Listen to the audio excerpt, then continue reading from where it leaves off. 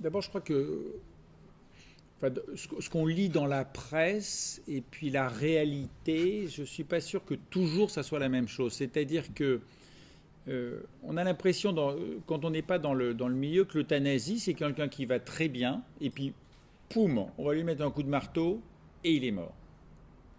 Alors que la réalité, c'est pas ça. La réalité, c'est quelqu'un qui arrive en fin de vie de manière naturelle, enfin naturelle par maladie. Il est en train de s'épuiser tout doucement. Et puis on se retrouve avec un monsieur ou une dame qui n'a aucune chance de s'en sortir, qui est à l'extrême limite de la vie, et on se dit, il a très très mal, il a très très mal, il a une souffrance psychologique et physique très importante, et on passe le lundi soir, on se dit, bon là, il faut quand même un tout petit peu augmenter la morphine, même si c'est un peu risqué, on va lui augmenter la morphine pour le soulager. Et le patient, il meurt dans la nuit. Et elle est où l'euthanasie, là? Moi, je fais ça depuis 25 ans. Et la réalité, c'est que j'ai soigné le patient. J'ai soigné le patient parce que j'ai trouvé ce patient en détresse et qu'il avait très mal et que ce n'était pas une solution de le laisser souffrir. Voilà. Et donc, ça, c'est la réalité du quotidien. L'euthanasie interdite serait de dire, vous savez, quand on injecte du potassium, le potassium est un médicament banal, sauf que si on injecte des fortes doses, on tue n'importe qui avec du potassium dans les veines. Et bien, il y a eu 2-3 médecins condamnés qui ont injecté du potassium.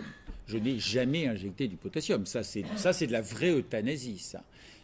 Mais de dire soulager les souffrances de quelqu'un, si vous l'appelez euthanasie, bon, bah, très bien. Mais voilà. Donc c'est pour ça que moi, je ne suis pas du tout législateur, donc je ne sais pas comment tout ça peut rentrer dans un cadre législatif. Mais simplement, tout bon médecin, je trouve, est amené à côtoyer la mort, voilà, et en chirurgie particulièrement, la mort, on la voit tous les jours, la mort. Enfin, souvent, peut-être pas tous les jours, mais souvent. Et on soigne des cancers. Moi, je soigne 50% de mes patients ont des cancers. Donc voilà, donc je vois ça tous les jours. Eh ben, il y a les patients qui meurent dans le service. Le lundi, ils sont vivants. Le mardi, ils sont morts. Qu'est-ce qui s'est passé entre le lundi et le mardi? On ne s'est pas mis tous autour d'une table à dire on va injecter quelque chose. Par contre, on s'est mis autour d'une table pour dire voilà, monsieur Durand, qu'est-ce qu'on peut faire? Il a mal, oui, il a exprimé que ci, que ça. Voilà. Et c'est là où les unités de soins palliatifs sont essentielles, parce que moi, je ne suis pas le plus compétent pour ces choses-là.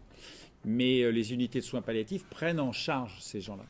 Mais ma vision de l'euthanasie, c'est qu'il ne devrait pas y avoir de débat, même. Il ne devrait pas y avoir de débat. C'est-à-dire que la personne en fin de vie, le gros progrès aujourd'hui, c'est qu'il n'y a pas la souffrance qu'il y avait il y a 30 ans des gens en fin de vie. Je crois qu'aujourd'hui, ça va mieux. Donc voilà. Mais je ne peux pas dire je suis pour ou contre l'euthanasie. Je ne sais pas ce que ça veut dire. Je ne sais pas ce que ça veut dire.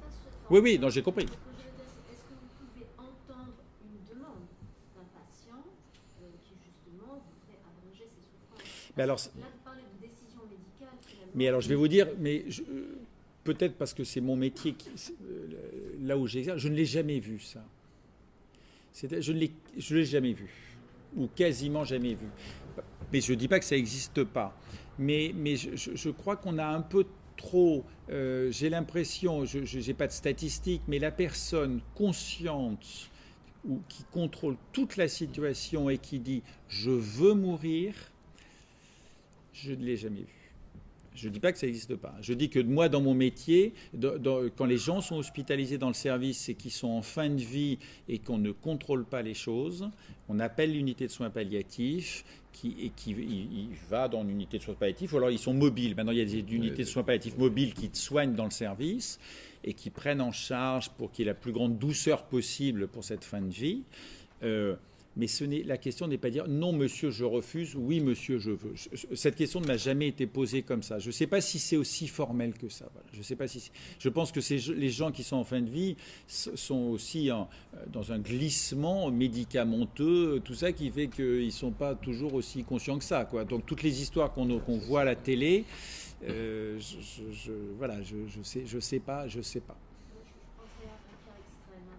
Débranché, lorsqu'une partie de la famille, le cas actuellement, lorsqu'une partie de la famille demande que ce soit fait, parce qu'il y a effectivement, par exemple, un coma, un état végétatif, sans qu'on puisse vraiment, avec assurance, dire que ça va être définitif, et une partie de la famille qui dit non, ne pas débrancher.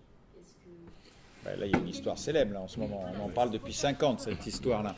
Mais la médecine, comment elle peut entendre ce débat interfamilial, par exemple? Comment elle se situe? moi, je pense que le médecin est perdu devant ça. Je pense que c'est le législateur qui doit s'occuper de ces cas extrêmes.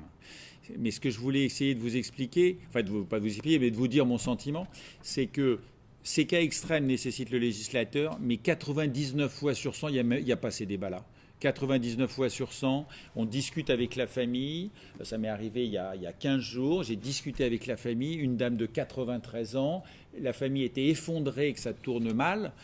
Bon, 93 ans, on discute et je leur dis, vous savez, elle a mal, il faut la soulager, mais voilà, bon, et on discute et on n'est pas dans le oui-non, vous voyez ce que je veux dire, on n'est pas dans le conflit familial et tout ça. Le plus souvent, ça se passe très très bien.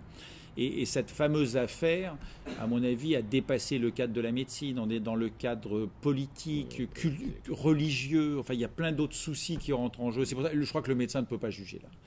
Qui peut dire, c'est la femme de... Je ne sais plus comment il s'appelle le monsieur là.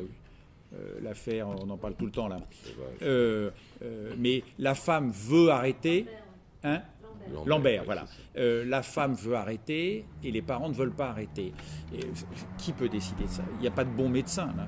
Il est où le bon médecin, là? J'en sais rien, moi. J'en sais rien du tout, là. Donc je crois que ça, c'est pas de notre domaine. Nous notre domaine, c'est de ne pas provoquer la mort. Ça, c'est interdit, d'abord, heureusement. Mais par contre, de voir souffrir quelqu'un, c'est aussi interdit. Je crois qu'il faut, voilà, c'est d'accompagner. Voilà. Mais je ne crois pas qu'on est dans le oui, on n'est pas dans le on-off. En tout cas, ce n'est pas mon expérience, quoi. Voilà.